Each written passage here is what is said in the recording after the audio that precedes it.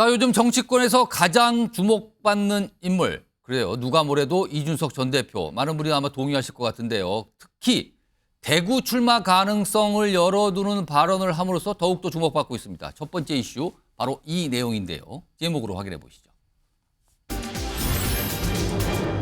3번 도전했던 노원 왜 떠나나? 원래 이준석 전 대표의 지역구 노원구, 서울 노원구에 있었어요. 그런데 최근에 대구 얘기를 자주 꺼내고 있는 겁니다. 자, 그럼 어제도 대구를 방문하면서 뭐 기차, 열차에서 내리자마자 또 이 얘기를 꺼내놨죠? 그 모습 확인해 보겠습니다.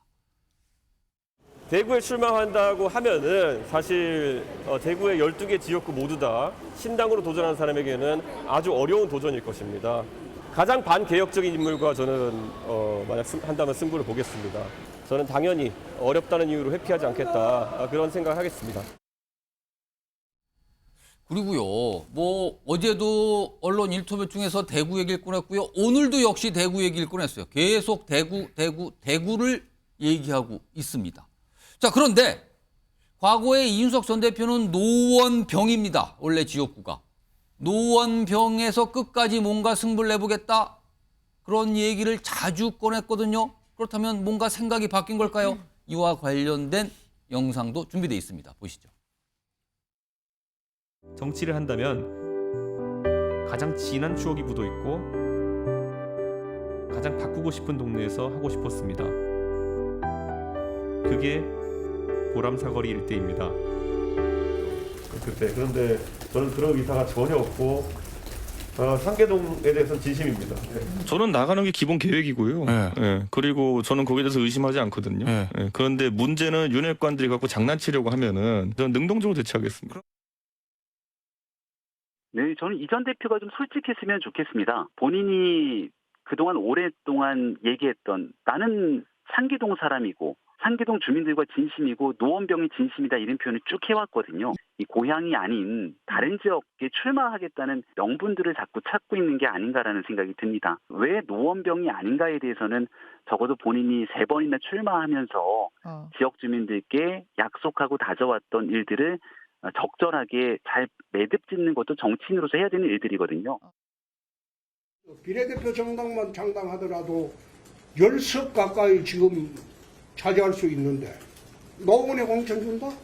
노원의 가공들 이준석이 100% 떨어집니다. 그런데 그걸 영악한 이준석 전 대표가 모를 리 있을까요? 그러니까 앞에 김병민 최고위원은 아니 노원병의 뭐 진심이라고 얘기할 때가 언젠데 왜 이렇게 의문제기. 그리고 홍준표 대구시장은 며칠 전에 노원병 가면 100% 떨어진다 이렇게까지 얘기했단 말이에요. 자, 윤희석 국민의힘 대변인 나와 계신데요. 왜 진심이라던 노원병 출마를 최근에는 다시 한번 강조하는 게 아니라 대구 얘기를 자꾸 하고 있거든요. 이거 왜 이럴까요? 홍준표 시장이 말씀하셨죠. 지금 노원병에서 저희 당 공천을 받고 출마한들 아니면 뭐 나가서 무소속이든 신당이든 출마한들 거기서 당선될 가능성이 상당히 낮습니다. 이준석 대표는 이번 총선에서 무조건 등원을 해야 하는 입장인데 그렇다면 국회의원이 되기 위한 방법이 노원병만은 출마하면 안 되는 걸로 그런 귀결이 되는 거예요. 그러니까 자꾸 본인이 윤핵관들에게 탄압을 받아서 탈당 또는 뭐 신당 창당 이렇게 가면서 지역구까지 그러면서 은근슬쩍 바꾸는 그런 작업 중에 있는데 김병민 최고가 얘기했듯이 지역구를 옮기는 것에 대한 명분은 아직까지 제가 그 이준석 전 대표의 발언에서 찾을 수가 없습니다. 그리고 홍준표 시장은 비례대표 얘기를 했잖아요. 이준석 전 대표는 본인 입으로 얼마 전에 비례정당 같은 건 안 한다. 수권정당, 전국정당 만들겠다 이 얘기를 했어요. 그러니까 비례로 출마할 가능성도 제가 볼 땐 적어도 거의 없어 보이기 때문에 결국은 본인이 무소속이든 뭐 신당이든 나가서 가장 당선 가능한 곳은 본인의 출신지라고 주장하는 대구. 대구에서도 가장 야성이 강한 지역을 아마 꼭 집어서 출마할 걸로 예상이 됩니다. 그러면 제가 윤희석 대표님께 짧게 추가 질문 드리면 그럼 이준석 전 대표의 최근 행보의 진심은 진짜 속내는 그 속내가 접근하고 있는 그 접근 거리로 봤을 때 신당이라는 게 더 접근을 많이 하고 있는 겁니까? 아니면 본인의 다음 총선에 당선이라는 쪽에 더 접근을 많이 하고 있는 겁니까? 저는 후자라고 봅니다. 신당은 뭐 어떻게 될지 모르는 거고요. 지금 같이 하고자 한다고 예상되는 분들하고 끝까지 결합될지 그것도 모르는 일이에요. 제일 중요한 건 본인이 출마할 수 있는 방법인데 그럼 무소속이 제일 홀가분하죠. 거기서 방금 얘기했잖아요. 대구에서 가장 반개혁적인 인물과 붙어서 자기가 싸우겠다. 그럼 반개혁적이라는 인물이 뭐겠어요? 예. 최다선 의원일 겁니다.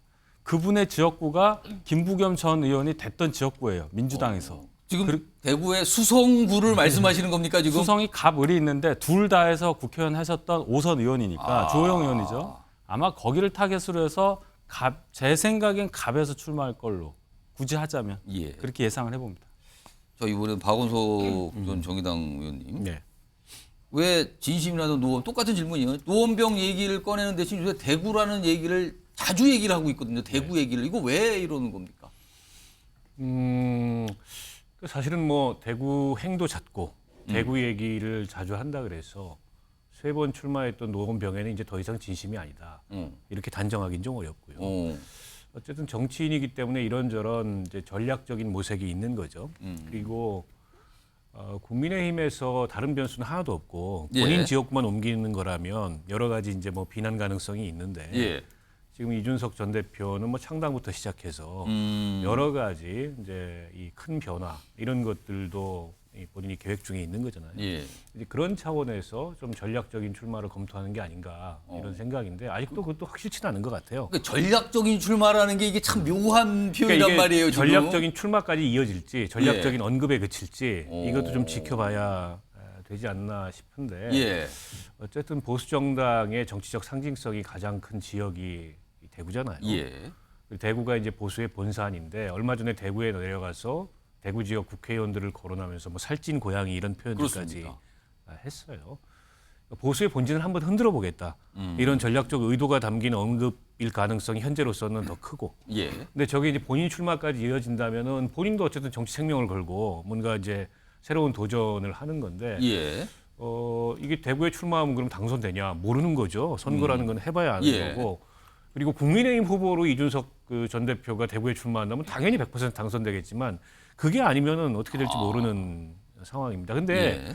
이걸 국민의힘이 노원병의 이준석 대표가 출마하니 안 하니 문제를 가지고 남 얘기하듯이 이렇게 예. 논평할 문제가 아닌 게 지난 총선에 당선됐던 강남 3구 빼고 예. 서울 전역에서 가장 득표력이 있었던 사람이 이준석 전 대표예요. 그러면 이번 총선에서도 만약에 강남 3구 이외에 예. 노원에서 국민의힘 공천받고도 이준석이 안 될 상황이면은 서울 지역에 강남 3구 빼고는 될 데가 별로 없다는 얘기예요. 최근에 윤석 전 대표도 그런 비슷한 얘기를 했어요. 아니 그러니까 이게 본인도? 남 얘기하듯이 그렇게 이제 뭐 이준석 비난 소재로 쓸 게 아니고 예. 지금 이준석 전 대표가 국민의힘 공천을 받고 노원병에 나가서 떨어질 정도면 강북은 거의 전멸이라는 얘기고 예. 그다음에 강북이 아닌 다른 지역들도 굉장히 어려운 선거를 치를 수밖에 없다는 얘기예요.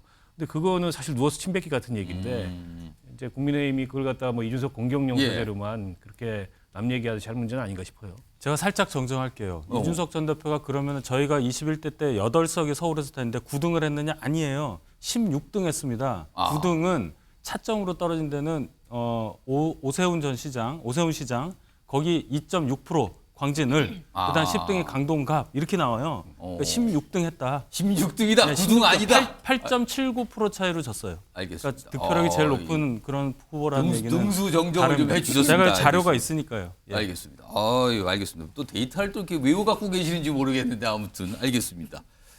앞서서 이준석 전 대표의 발언을 보면은 본인 무슨 공천 얘기를 하면서 뭐 약간 취지가 이랬었죠. 누군가 장난치면 능동적으로 대응하겠다. 지금 그런 생각을 하면서 뭔가 대구 얘기를 꺼내는 건지 아니면 또 다른 생각이 있는 건지 아직은 조금 더 봐야 될 것 같습니다. 자, 이런 가운데 윤석 전 대표의 대구 출마 뭐 아직 확정은 아니지만 자꾸 얘기를 하니까요. 이와 관련된 그리고 뭐 여러 가지 출마 가능성과 관련된 국민의힘 내부의 목소리들이 좀 있습니다. 들어보겠습니다.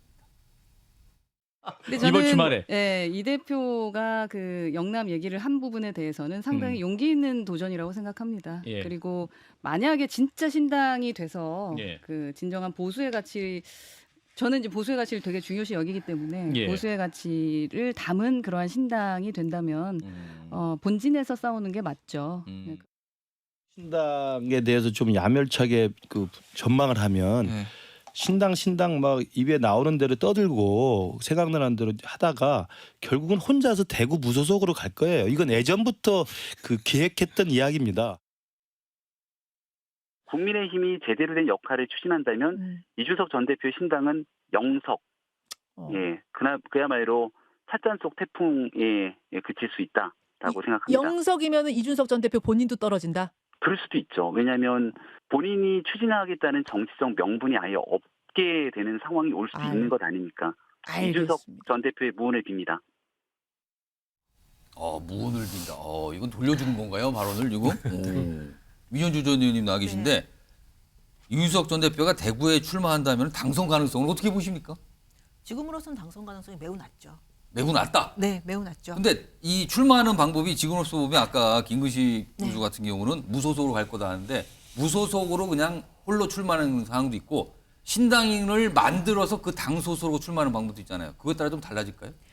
저는 상당히 달라질 거라고 보고요. 예. 김금식 교수께서 저렇게 말씀한 가장 큰 이유는 대구에서 사실은 무소속으로 출마했을 때 당선 가능성이 그래도 조금은 더 높아질 수 있다. 왜냐하면 이제 이준석 전 대표가 제가 뭐 그 머릿속에 들어가 보지는 않았지만 구상하는 계획 중에 여러 가지 시나리오 중에 하나가 혹시 계속 이런 식으로 윤석열 정부를 공격하고 그리고 내가 보수의 본류다, 내가 보수를 다시 세우겠다라는 이렇게 자꾸 보수 진영에서의 헤게모니 싸움을 계속했을 때 가능성이 높아진다라고 보는 것 같고요. 그 다음에는 혹시 국민의힘이 굳이 이준석 전 대표와 자잘한 싸움을 하는 것이 불편하다. 총선에서 너무 큰 이슈, 다른 많은 이슈들이 있는데 이준석 이슈에 매몰될 수 있는 것을 피하고자 하면 본인이 출마하는 지역구에 무공천 내지는 약한 후보를 낼 그럴 기대도 작게라도 하고 있는 게 아닌가. 이준석 전 대표 본인이. 네, 그렇다면 신당 창당보다는 무소속으로 출마했을 때 이준석 대표의 당선 가능성이 높아지기 때문에 저는 이준석 대표의 다양한 시나리오 중에 그거 하나도 있지 않을까. 그렇다면 이준석 대표 입장에서 당선 가능성을 높이는 건 신당 창당보다는 무소속이다. 그런데 지금부터 무소속으로 나간다라고 하면 본인의 정치적인 가치가 떨어질 수밖에 없죠. 주목 안 하죠. 무소속으로 나간다는 거는 향후에 다시 당으로 돌아올 수도 있다. 이런 게 전제가 된다고 할 수 있나요, 그러면? 그래서 내가 당선이 된다면 내가 국민의힘에 다시 입당해서 국민의힘 보수 진영을 다시 세우겠다. 이런 주장을 할 수도 있겠죠. 그러니까 제가 생각하는 시나리오입니다. 자, 그런데 만약에 신당을 창당해서 신당 창당한다는 말을 안 하고 지금부터 무소속이 나간다고 한다면 이준석 대표한테 아무도 주목하지 않을 거예요. 그냥 불평불만이 많아서 나가는구나. 지금부터 세력을 모으고 뭔가 정치화시키고 이런 것들을 보였을 때 국민의힘에서 그러면 이준석 대표를 그냥 좀 둘까? 놔둘까? 이런 전략을 쓸 수도 있다. 이런 그런 작은 기대감이 있지 않나 싶은데요. 글쎄요. 이번은 집권 여당으로서 국민의힘이 치른 첫 번째 총선이라서 이준석 대표의 그 기대에 부응할 전략이 나올지 국민의힘 내부에서 그거는 사실은 난감하지 않을까 싶습니다. 갑자기 여기서 궁금한 게 있는데 민현주 전 의원님께서는 이준석 전 대표하고 친하십니까? 안 친하십니까? 예전에는 뭐 같이 정치적인 것도 많이 이야기를 하는데 최근에는 이야기해 본 적이 없어서 제가 아까 말씀드린 대로 여러 가지 그 머릿속에 시나리오가 있을 수는 있는데 그중에 하나가 아닐까. 그러면 요즘엔 멀어졌다 이 뜻입니까? 알겠습니다. 서영조 민주당 상근부대변인 나와 계신데요. 이준석 전 대표 대구 출마하면 당선 가능성 이거 어떻게 보십니까? 뭐 불가능하다고 생각하지는 않습니다. 뭐 선거는 해봐야 아는 것이고요. 전체 상황을 보면 노원 같은 경우도 이준석 전 대표 고민을 했을 거예요. 근데 첫 번째 이유는요. 원어부대면이 되기 싫은 거예요. 노원에서 출마했을 때는 그들 중에 하나로서 소속되는 이준석으로 기억될 겁니다. 당선된다 하더라도요. 물론 어렵겠지만요. 원탑이 되기 위해서는 대구를 가야 되는 것이죠. 이준석 전 대표 같은 경우는 지금 대척점을 하는 거는 윤핵관과 윤석열 대통령입니다. 그러면은 호랑이를 잡으려면 호랑이 굴에 들어가야죠. 그러면 어디로 가야 되죠? 보수의 심장인 대구로 가야죠. 거기에 가서 정치를 시작하겠다. 그러니까 본인이 즐기는 이준석의 정치 스타일은요. 하이 리스크 하이 리턴입니다. 그러니까 이준석 전 대표는 늘 그렇게 선택해 왔어요. 지금 하이 리스크 쪽으로 가고 있는 거죠. 그렇죠. 그러니까 본인이 정치적으로 지금 봐서는 리스크가 크지만 돌아온 리턴이 크기 때문에 대구를 선택했던 것이고요. 현재 보면은 저는 신당 창당을 밑자락에 깔고 들어가는 거라고 봅니다. 본인의 개인적인 행보도 있겠지만 기본적으로 신당 창당의 삼지대 스펙트럼을 크게 넓혀 놓고요. 대구에서 본인이 승부를 보고 결국에 이 대구에서 만약에 본인이 나름대로 자리를 잡게 된다면 예. 향후에 총선이 끝난 다음에 이준석은 본인이 말한 건강한 보수를 세울 수 있는 기회를 얻을 수 있는 거거든요. 매우 이게 계산적인 어떤 선택이라고 보고요. 예를 들면 2016년도에 이 요인도 하나 있어요. 최근에 인원 혁신을 던진 것 중에 예. 하위 10% 공천 배제안이 올라와 있습니다. 그렇죠? 그러면 그게 통과가 됐을 때는 예. 민주당이 당시 2016년 김상곤 혁신위에서 그걸 실행했을 때 배제됐던 분들이 다 국민의당으로 갔어요. 그리고 안철수 국민의당 신당이 성공을 했죠. 예. 그거하고 똑같은 현상을 지금 기다리는 여러 가지 천라지망을 해놓고 나서 여러 가지 경우의 수를 이준석 전 대표 지금 머릿속에 해놓고 나서 예. 호랑이를 잡으러 대구로 갔다. 저는 그렇게 생각이 됩니다. 대구가 갑자기 무슨 호랑이 굴 같은 이런 뭐 묘사가 됐는데 요거는 요 마지막으로 윤석 대변인 일단 당선 여부와 상관없이 뭐 무소속 출마를 하든 신당을 통한 출마를 하든 윤석 전 대표가 그런 식의 출마를 할 경우는 그래도 국민의힘에는 이런저런 부담 아닙니까?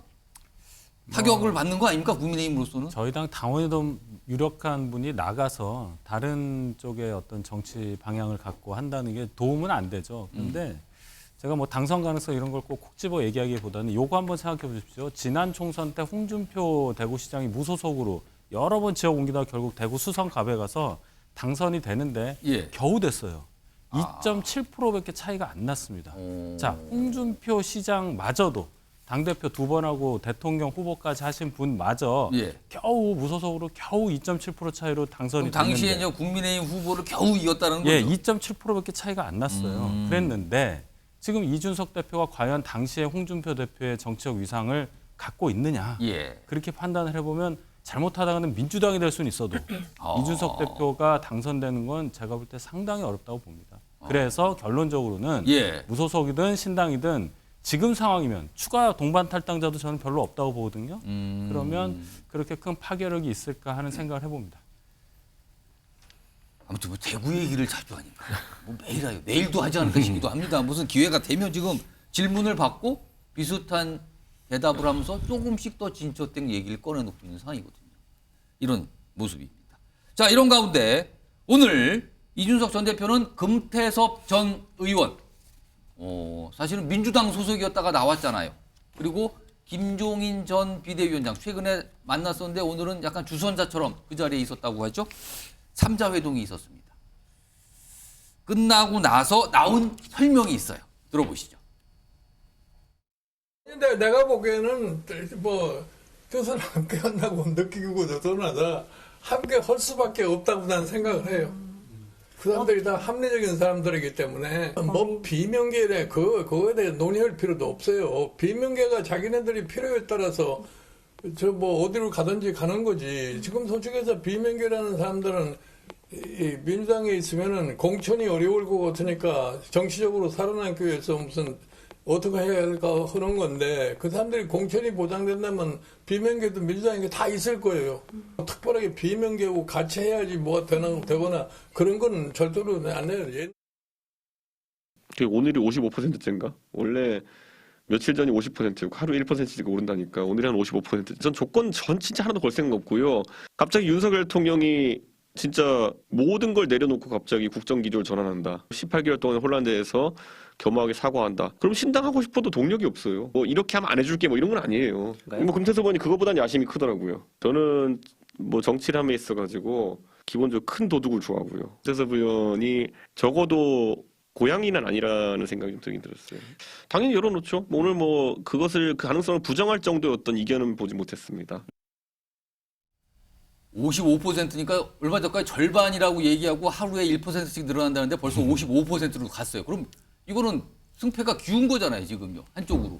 자, 이런 얘기까지 했고요. 근데 이 얘기는 사실은 계속 일관되게 지금 하고 있는 말인데 그 앞에서 김종인 전 비대위원장이 한 얘기가 있는데 소영주 부대변인. 네. 김종인 전 비대위원장은 이른바 이준석 전 대표가 만드는 신당과 비명계가 거기 합류하는 것에 대해서 굉장히 부정적으로 얘기했어요. 뭐 안 되니까 공천 안 되니까 나와서 하는 이런 분 생각하지 마라.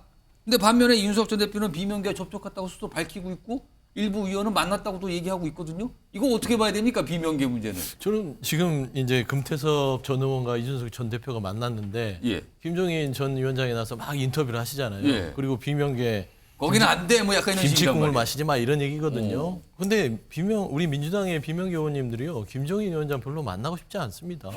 예, 저는 그런 말로 되돌리고 싶은데. 아니 그럼 이준석 전 대표는 만나고 싶어하는 거? 그러니까 이건 별개예요. 제가 가만히 보면 지금은 뭐 이준석 신당이네 금태섭 신당이네 하는데 저는 지금 가만히 지켜보면 김종인 신당입니다. 김종인 신당. 김종인 전 비대위원장이 양양자 의원도 만나서 금태섭 전 의원도 만나서 이준석까지 붙여서 본인이 구상하는 신당을 지금 조립하고 있어요. 저는 그런 느낌이 들어요.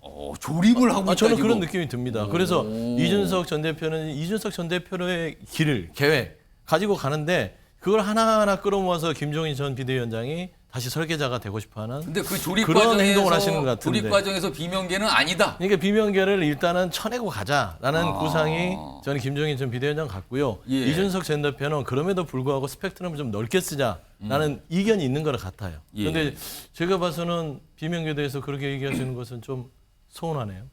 또 갑자기 또 서운하시다고? 뭐 왜냐면 나가길 원하시는 겁니까? 아니 그게 아니라 그 정치적으로 뭐 우리 민주당의 비명계 의원들께서 어디 기웃기웃거리는 것처럼 비춰질 수 있잖아요. 그러지 않습니다. 알겠습니다. 갑자기 또 약간 두 눈을 하시는 듯한 또 그런 말씀을 하셨는데 이준석 전 대표가 아까 방금 전에 나왔던 영상이 오늘 회동한 뒤에 나온 건데 회동한 뒤에 또 글도 하나 올린 게 있어요. 내용 좀 확인해 보죠. 금태섭 의원과 만났다. 그래서 정치 개혁 주제로 대화한 기회가 처음이었다라고 얘기하고 그 뒷부분에요. 정치 개혁에 관심 있는 다양한 분들과 대화를 나눌 것이다라고 딱 열어놨어요. 그럼 앞으로 많은 사람을 더 만난다는 뜻이 되는데요. 오늘 마치 박원석 전 정의당 의원 나오셨는데 최근에 이준석 전 대표를 만나셨다고요? 네. 그럼 만나셨는데 누가 연락을 먼저 하신 건가요? 이준석 전 대표가 연락이 왔어요. 만나자고요? 네, 무슨 얘기를 하셨습니까? 지난주 일요일이었죠. 아니 뭐 평소에도 교류가 있고 방송이나 이런 데 오가면서 그동안에 만났던 사이이기 때문에 뭐 새삼스러운 자리는 아니고요.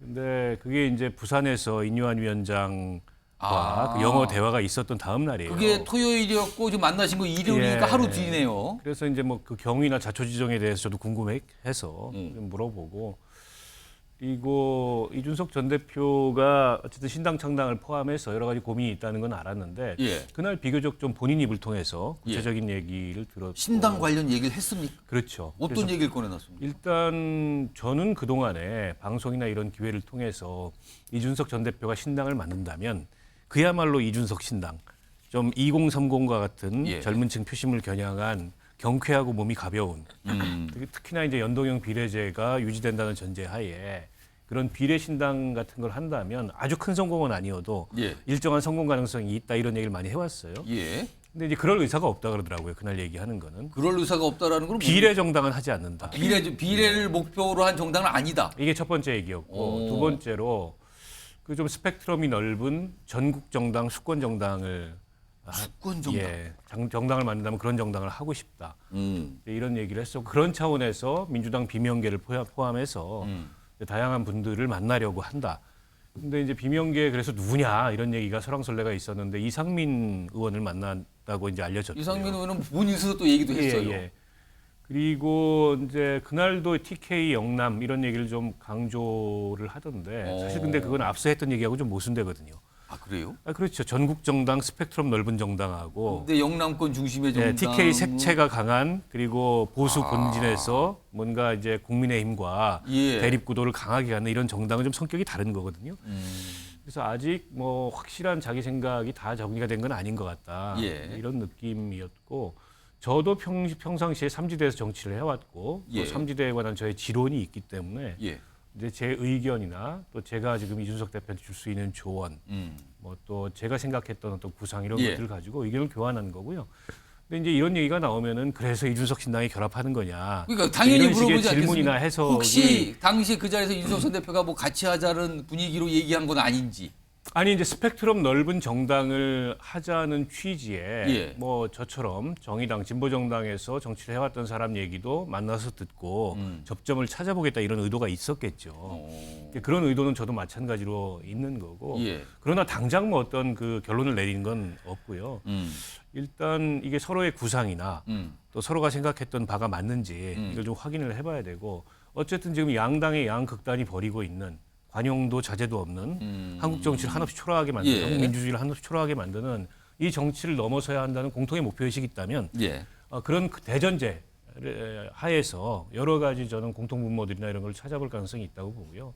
또 한 가지는 적어도 국민들이 좀 논리와 상식에 기초해서 이견이 있어도 문제를 해결해가는 정치를 보고 싶어 할 것 같아요. 그런 차원에서 본다면 이준석 전 대표는 충분히 이 대화가 통하는 예. 파트너다. 저는 그렇게 생각을 합니다. 그러면은 여러 가지 얘기가 좀 더 통한다면은 박원석 전 의원님도 같이 하실 생각은 있다 이겁니까? 저는 원래 지론이요. 예. 그 내년 총선에 특히 양당의 양극단 정치를 넘어서서 예. 이 정치 개혁을 이루고 정당 체제를 전환하기 위한 그런 이제 진영을 넘어선 폭넓은 연대가 필요하다 이런 지론을 갖고 있었고 그 점에 있어서 일맥상통하는 그런 문제의식이 있기 때문에 예. 앞으로 가능성을 열어놓고 토론해볼 생각입니다. 약간 열어뒀다라는 느낌인데요. 자, 그런데 이 신당 이준석 전 대표가 주도해서 만들 것 같기도 한 이 신당과 관련해서요. 국민의힘 내에 평가가 있죠. 일단 좋지는 않은 평가가 나왔고요. 그리고 최근에 금태섭 전 의원이 오늘 회동 전에 꺼내놓은 얘기도 있었습니다. 들어보시죠.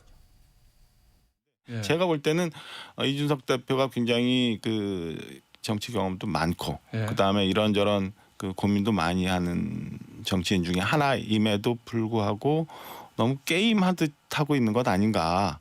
저는 신당을 이렇게 막 하려고 하는 게 지금 볼 때는 이준석 대표가 밀고 당기기 하는 전략 중에 하나. 그래 뭐 쉽게 표현하면은 광팔기 수법 뭐 이런 것 아닌가라는 생각이 들어요.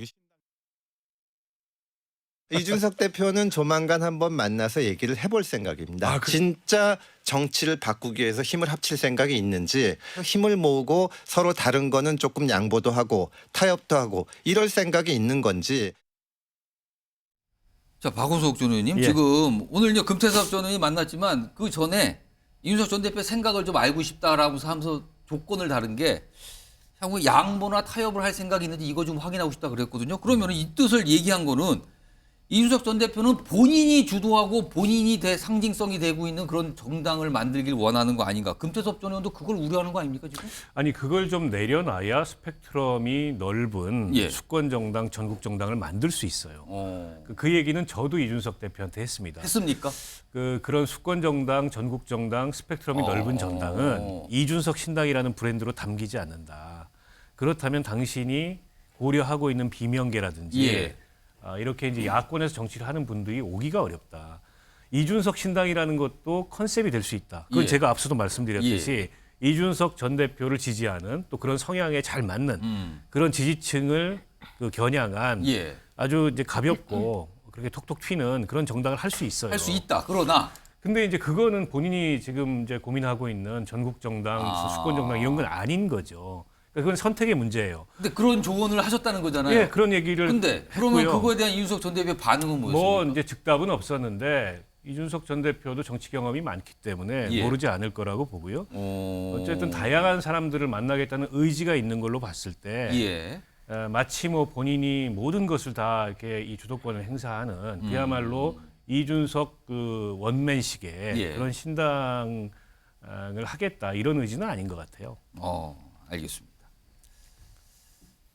박원석 전 의원님 만나셨으니까 여러 가지 얘기를 듣고 조언도 하고 약간 분위기를 그리고 약간 열어두기도 하셨어요. 뭔가 가능성에 대해서. 그럼 여기서 네 분 패널 앞에 OX 팻말이 있잖아요. 이게 질문이 있는데 그래서 하나 좀 드리죠.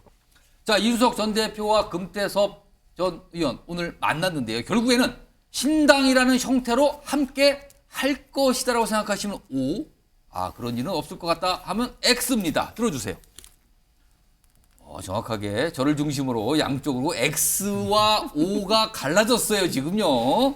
자, 그럼 일단 민현주 전 의원님이 X 고르셨잖아요. 네. 들고 계시면서 설명을 해주세요. 두 분랑 네. 비쌀 것 같은데 저 민현주 전 의원님 들어보죠. 왜 X?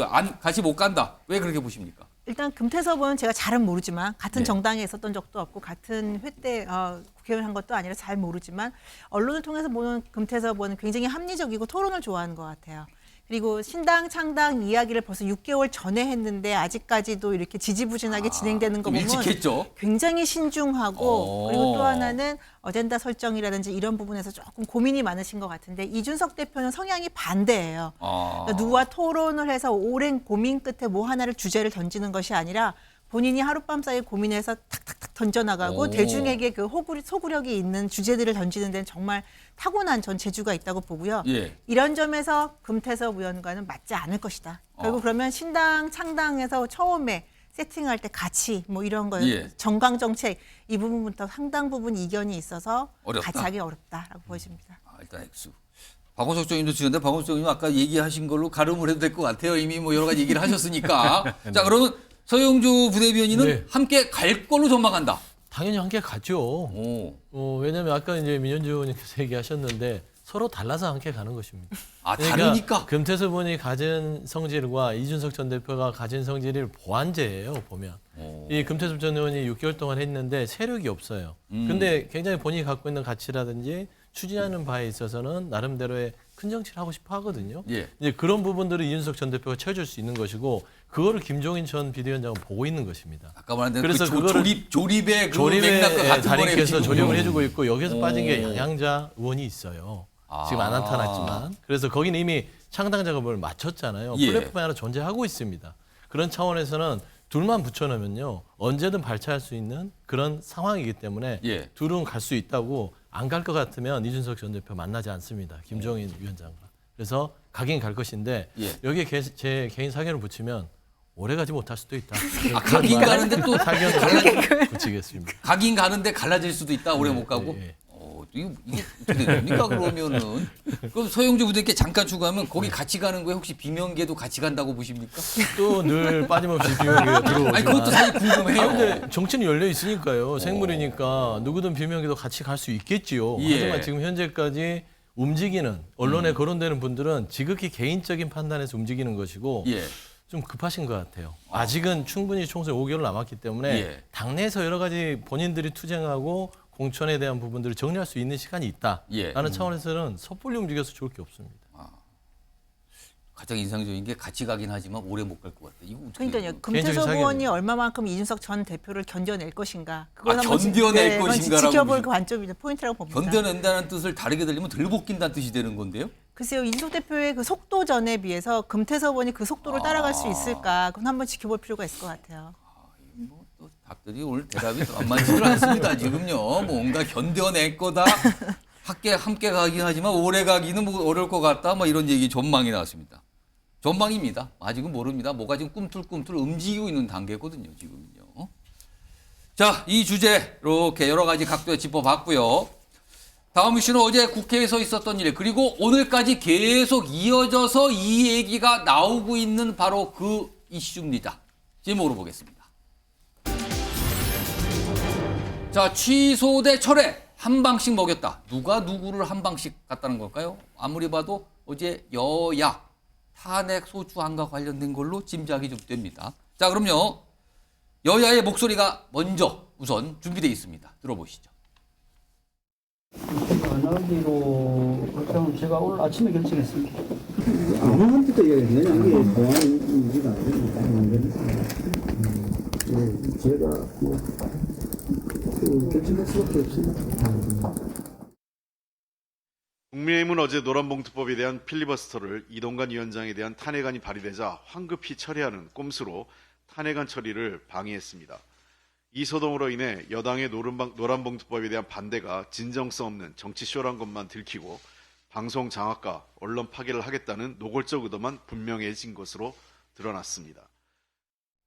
자, 윤석 국민의힘 대표님 나오고 계신데 사실은 어제 민주당이 사실은 굉장히 주도해서 국민의힘에서는 다 불참하고 뭐 이런 모습이었는데 4가지 법안, 그러니까 방송법 관련된 거 3가지, 그다음에 노란봉투법, 이게 노조 관련 법안인데 이거에 대해서 국민의힘 굉장히 반발을 했는데 필리버스터까지 준비했었잖아요. 근데 갑자기 포기를 했어요, 필리버스터. 그래서 표결이 다 이루어졌잖아요.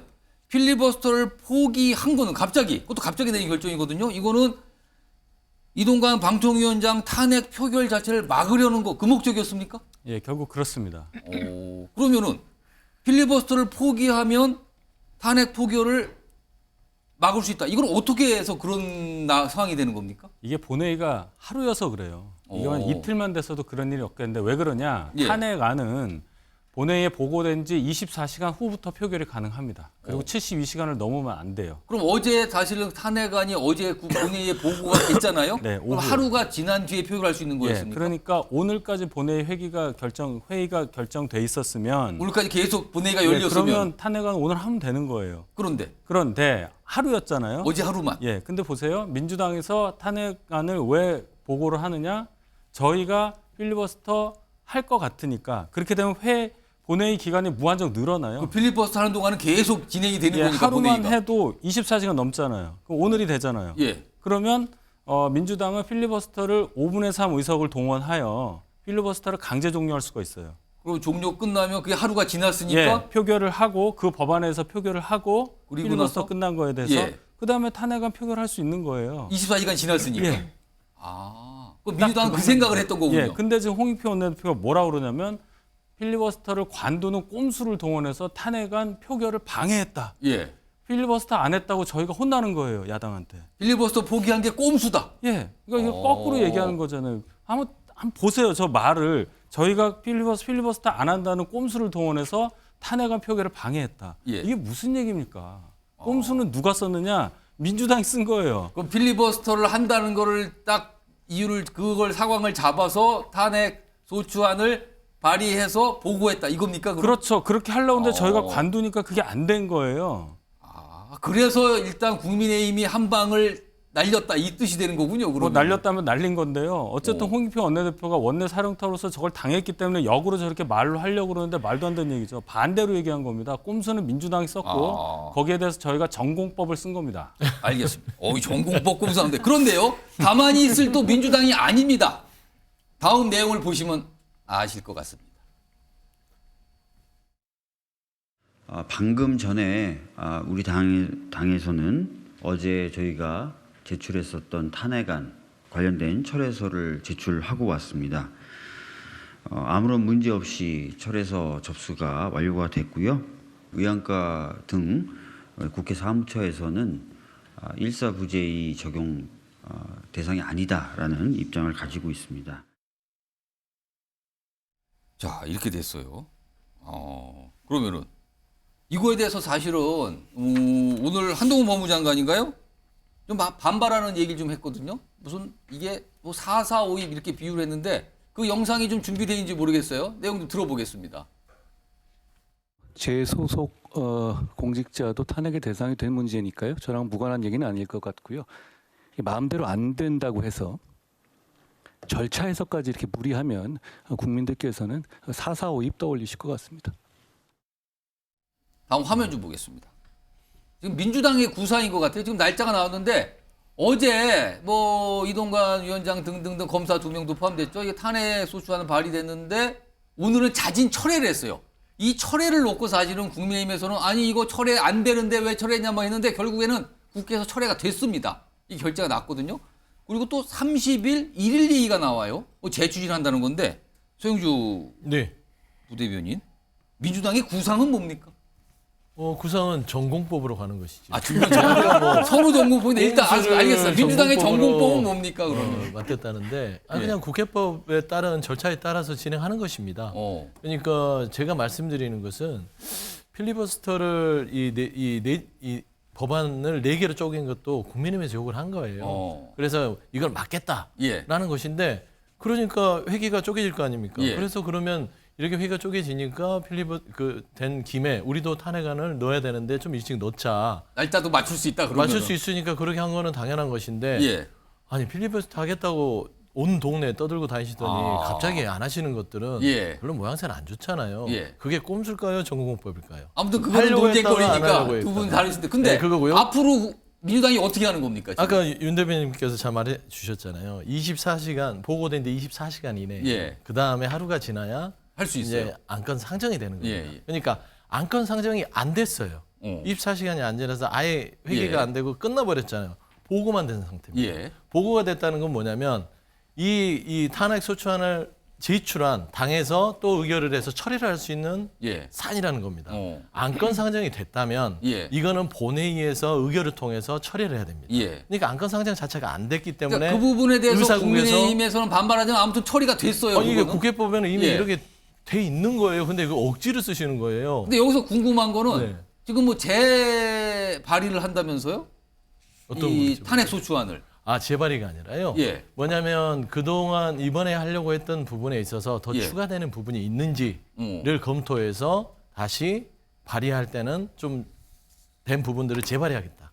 그런 얘기인 것이죠. 그다음에 아까 나 또 화면 좀 다시 한번 보겠습니다. 거기 보면 내용이 좀 이게 달력 좀 다시 한번 보여주세요. 이게 오늘까지 10일이잖아요. 이게 철회가 됐어요. 이거를 국민의힘이 반발하지만 국회에서 받아줬거든요. 국회의장 결정 나서 이거 끝난 문제인데 그러자 지금 민주당에서 나오는 말은 30일 그다음에 4달 1일 이틀 연속 본회의가 열리니까 30일 날 보고하고 1일 날 표결하다. 이걸 지금 민주당이 구성한다는 거잖아요. 그럼 날짜를 맞출 수 있다는 거예요. 아니 30하고 1일 두 개가 지금 예산 때문에 이틀이 잡혀 있어요. 이틀 잡혀 있어요. 그래야만 24시간 내에 보고를 한 다음에 상정을 해서 표결을 할 수 있어요. 예. 그러니까 그것 때문에 오늘 철회를 한 것이죠. 예. 그걸 기다렸다가 여러 가지를 가서 좀 보탤 건 보태고 예. 다시 이제 보고한 다음에 상정을 해서 처리를 할 것인데 저는 한동훈 장관 얘기 한마디만 할게요.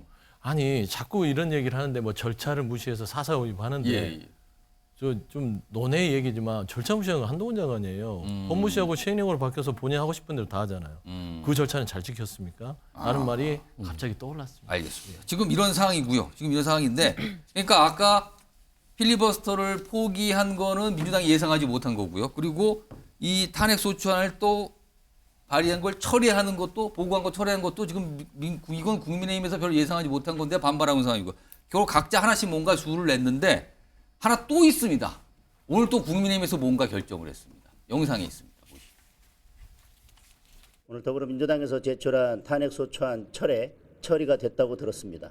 국민의힘 의원들은 국회의장을 상대로 권한쟁의 심판을 최대한 빠른 시간 안에 제기를 하고 그와 동시에 이번 정기국회 내에서는 같은 내용의 탄핵소추안을 상정해서는 안 된다는 그런 내용의 가처분 신청까지 같이 신청하려고 합니다. 민현주 의원님, 그러니까 권한쟁의 심판, 뭐 가처분 신청 이거 어려워요. 아무튼 뭔가 멈춰달라고 안 된다 이건데 이거 법원 가는 거잖아요. 그럼 또 이거 시간 많이 걸리는 거 아닙니까? 뭐 시간 걸릴 수도 있고요. 근데 국민의힘 입장에서는 사실 국민들이 너무 복잡해서 별로 알고 싶지도 않으실 그러니까 거예요. 굉장히 지금 설명했는데 네. 아무튼 서로 뭔가 하나씩 던지고 있어요 계속. 네, 뭔가 어려운 얘기들을 왜 저렇게 국회에서 민생과 상관없는데 저렇게 하나 이렇게 생각하실 수 있는데 국민의힘 입장에서는 아까 뭐 윤석 대변인도 설명했지만 민주당이 꼼수하는 거잖아요. 필리버스터 하는 거 민주당 반대할 건데 그거 안 하고 그냥 우리 정상적으로 처리하겠다고 통과시켰지 않습니까? 예. 그러고 났으면 된 거지. 국회에서 다 보고가 의장이 다 보고가 된 걸 본회의 보고가 된 법안을 갑자기 철회하고 다시 재상정한다. 근데 최영주 부대변인 말씀하시는 게 무슨 뭐 부족한 부분이 있으면 보완해서 한다. 그거야말로 꼼수죠. 그러니까 이러한 꼼수의 거대 야당의 행포에 사실 국민의힘으로서 할 수 있는 거는 최대한 할 수 있는 모든 것들을 다 해보겠다. 예. 그것이 뭐 바로 각하가 되든 아니면 기한이 걸려서 이걸 논의가 되든 그래서 최선을 다해서 이렇게 국회에서 절차를 무시하는 행위들은 우리가 최대한 저지한 노력을 하겠다라는 그런 취지라고 보여집니다. 뭐 서로 그쪽이 꼼수야 무슨 소리입니까? 우린 정공법인데 이거 반복하고 있어요 윤석 대변인. 예. 저희가 이런 일이 있을까봐 윤재욱 원내대표가 국회의장과 홍익표 민주당 원내대표한테 무슨 얘기까지 했냐면 탄핵안은 이번에 올리지 말아달라. 우리가 필리버스터라는 정당한 방법을 통해서 의사를 표시할 테니까 그런 기회는 달라 했는데 올렸어요. 그러면 민주당 입장에서 저희 입장에서 최악의 수는 뭐였냐면은 민주당이 찬성 필리버스터를 하는 거예요.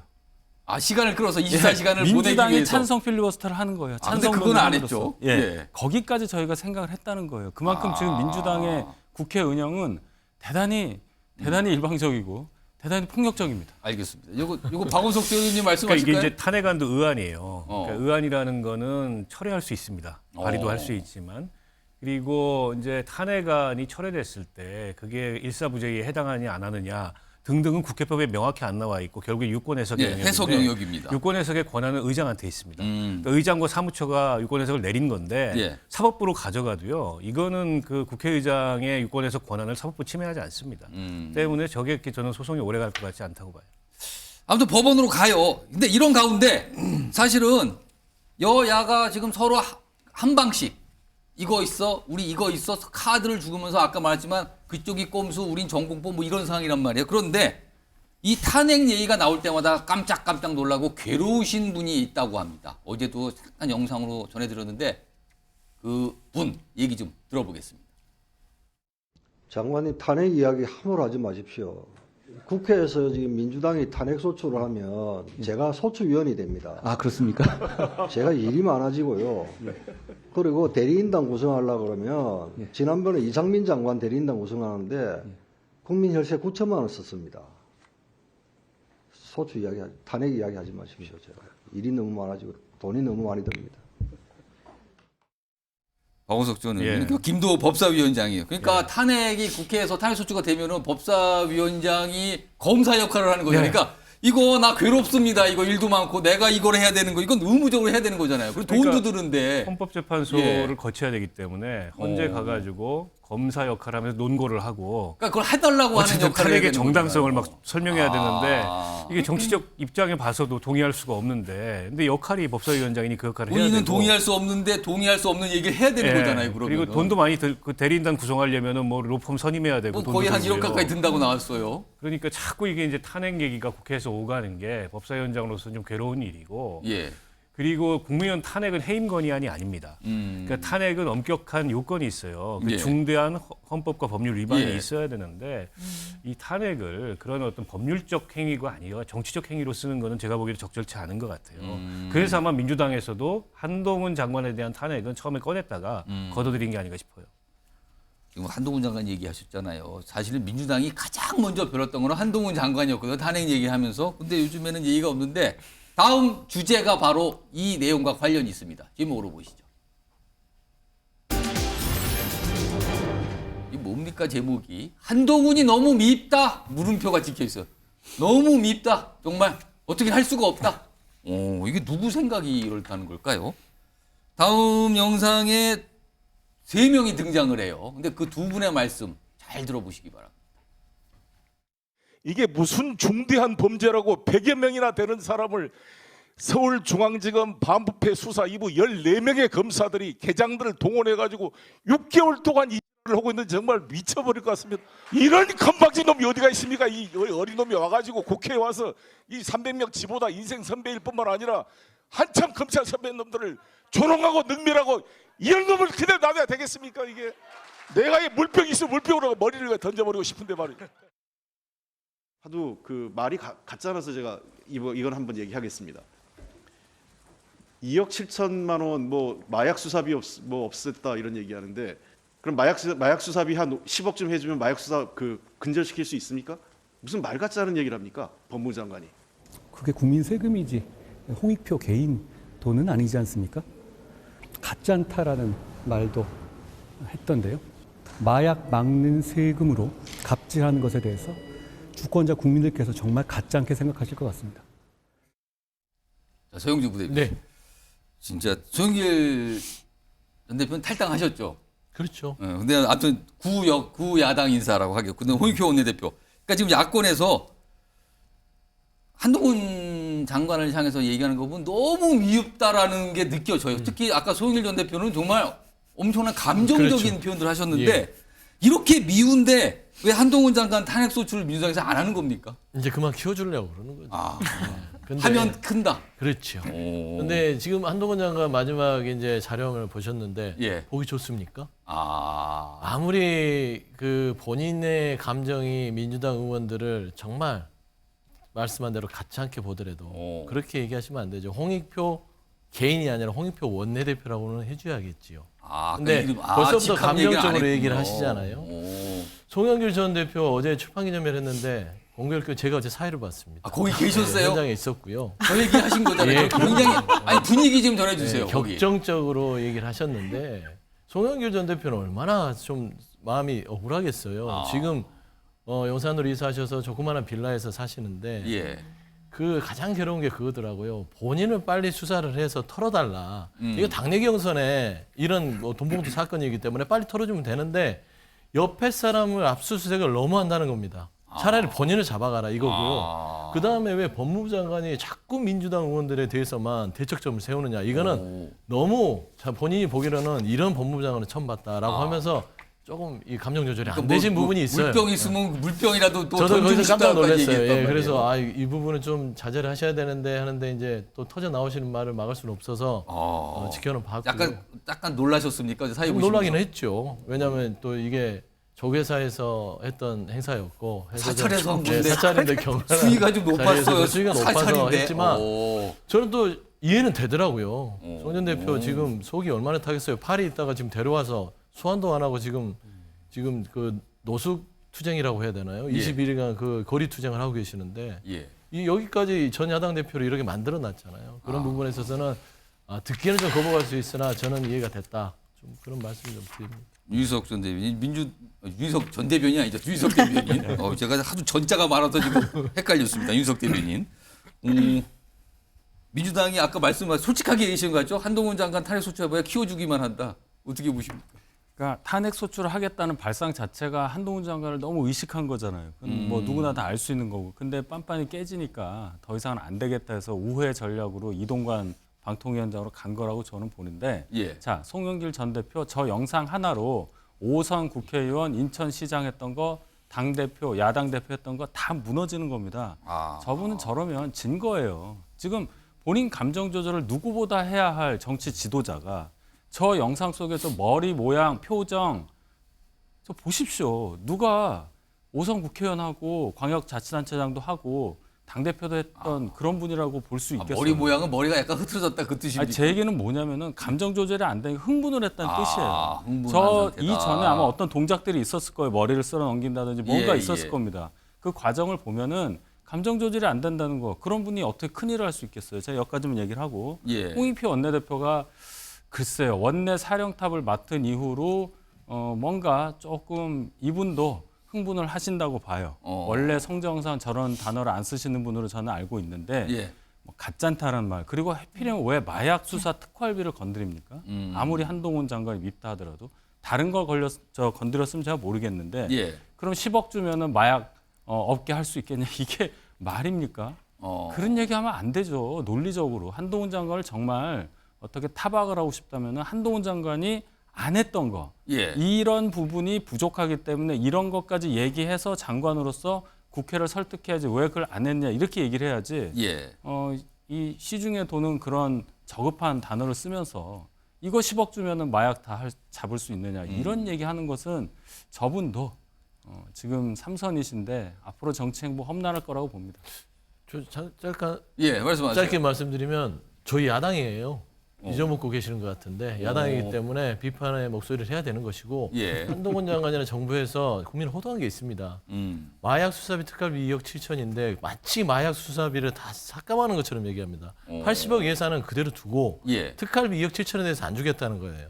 뭐냐면 마약 수사비만 아니라 전체 검찰 특활비에 대해서 이 국민의 열쇠 예전에 윤석열 검찰총장이 있을 때 한동훈 장관이 검사 시절에 이 특활비를 투명하게 공개를 안 했기 때문에 일단 이 특활비를 전액 삭감하는 게 맞다라는 것이지 거기에 마약 수사 특활비 2억 7천이 들어갔던 것이에요.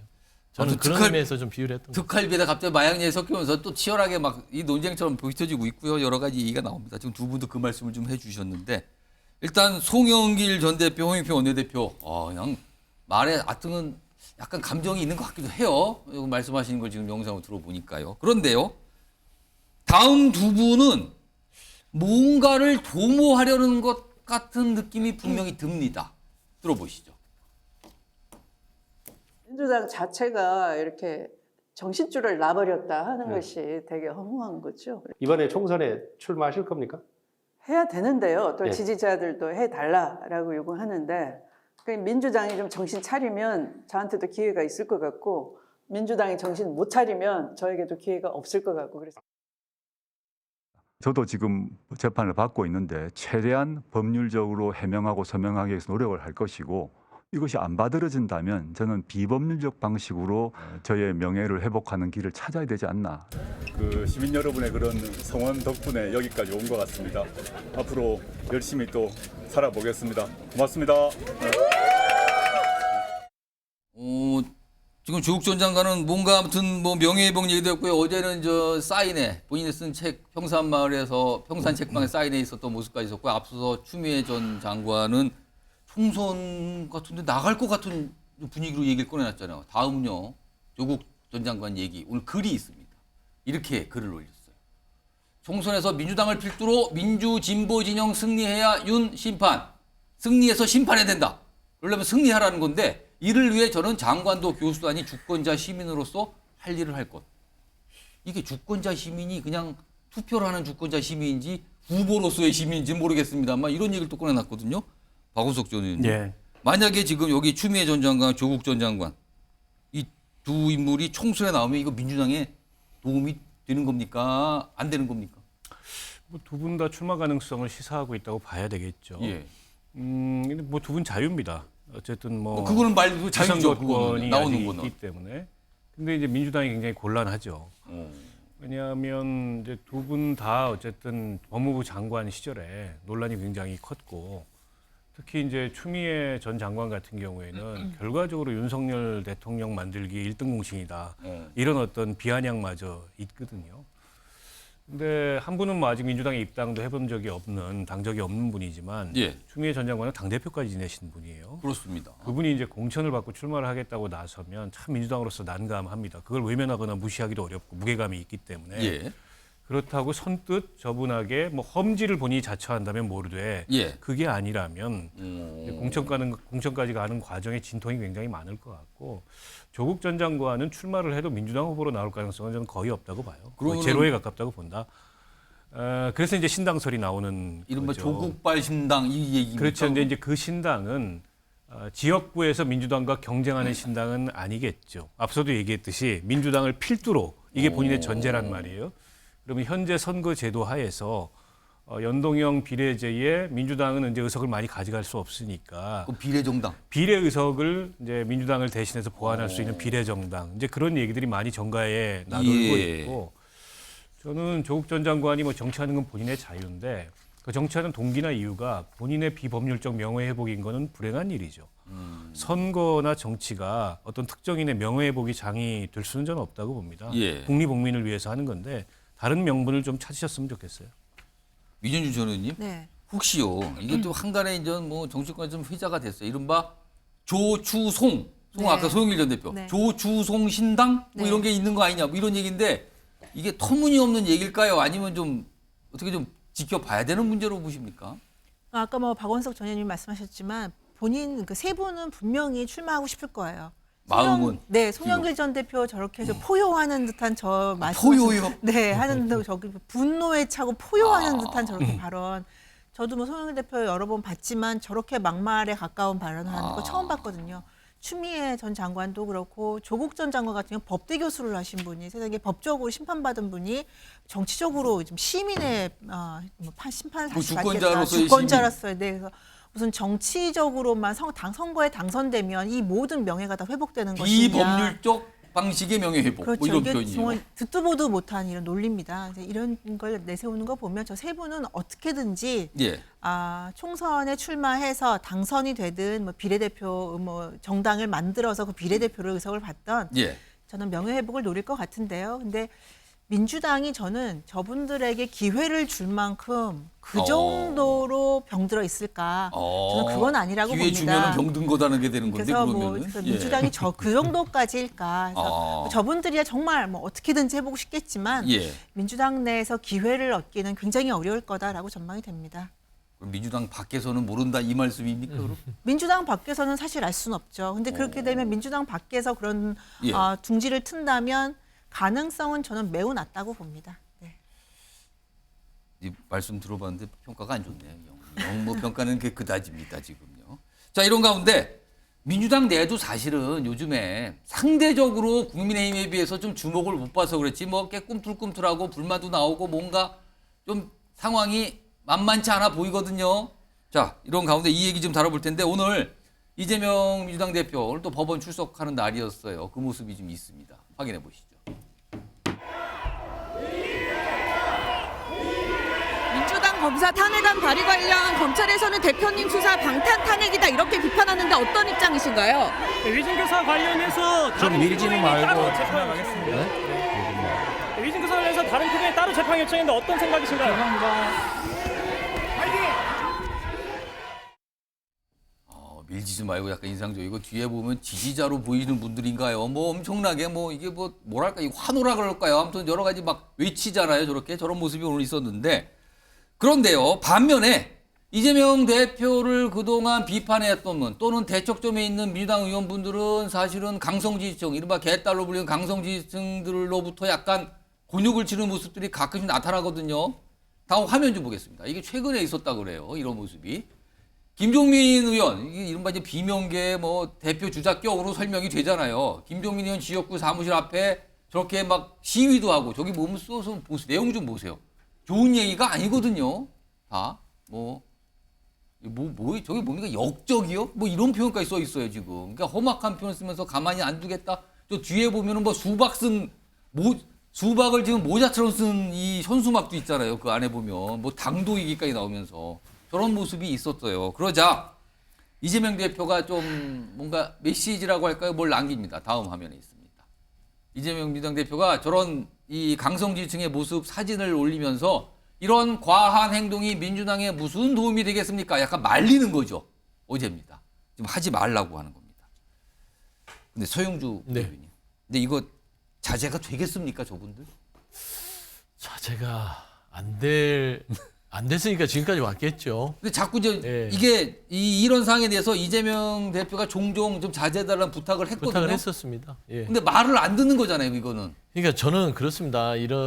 좀 이렇게 과열되게 어떤 우리 민주당을 사랑한다고 해야 되나요? 예. 좀 이거를 좀 표현하기도 그렇습니다. 좀 민망한데요. 너무 사랑해서 저러는 겁니까? 근데 너무 지나친 폭력이 되는 거예요. 그렇지 않습니까? 인간관계도 적당한 거리를 둬야 그래, 서로 사랑하는 사이에서도 서로를 존중해주는 그런 시간과 간격이 필요한 거 아니겠어요? 그런데 당원들께서의 어떤 의사표현을 당에서 막을 이유도 없고 그들의 자유로운 의사표현은 당연히 존재해야 됩니다. 근데 지금 모습들을 보면 거의 그 비명계 의원들이라 하죠. 거기 저도 그 지역위원회를 가봤어요, 한번.